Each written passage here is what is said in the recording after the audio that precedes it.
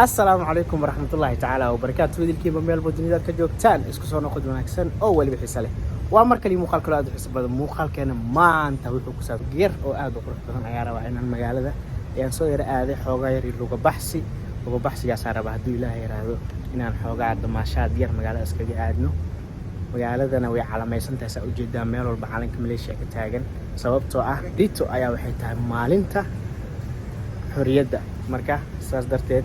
ayaa loo dabaaldegayaa waa tahay insha Allah tacaala muuqaalkan yarka ah aan ugu talagalay damaashaadka iyo dalxiiska isla socod wanaagsan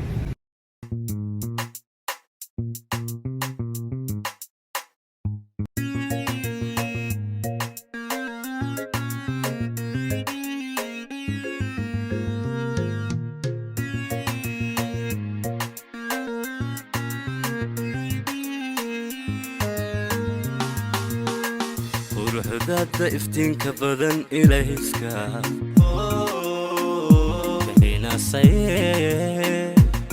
meeshaan aad kasoo fadhiistay rooba da'aya banaanka oo xoog badan marka intuu roobka ka dhamaanayo waa soo qoy rooga intuu roobka ka dhamaanayo raba inaan inta kasoo fadhiisto marka banaanka oo aada dhahay vlogan duubaya haddii kaamirada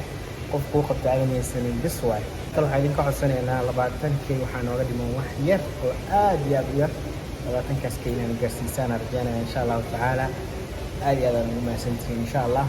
xoogaa halkan ku nasan doonaa kadibna waa bixi doonaa inkastoo waqti habeen ay tahay meesha aan joogna xaafadda aad uga fog tahay laakiin waxaan isku dayayaa insha Allah marka xoogaa roobka qayoodo inaan banaanka ka baxo socod wanaagsan ikwarka shukriya codkaaga wada badan dhagaha awdan bufuraa quruxdaada iftiinka badan ilaahiska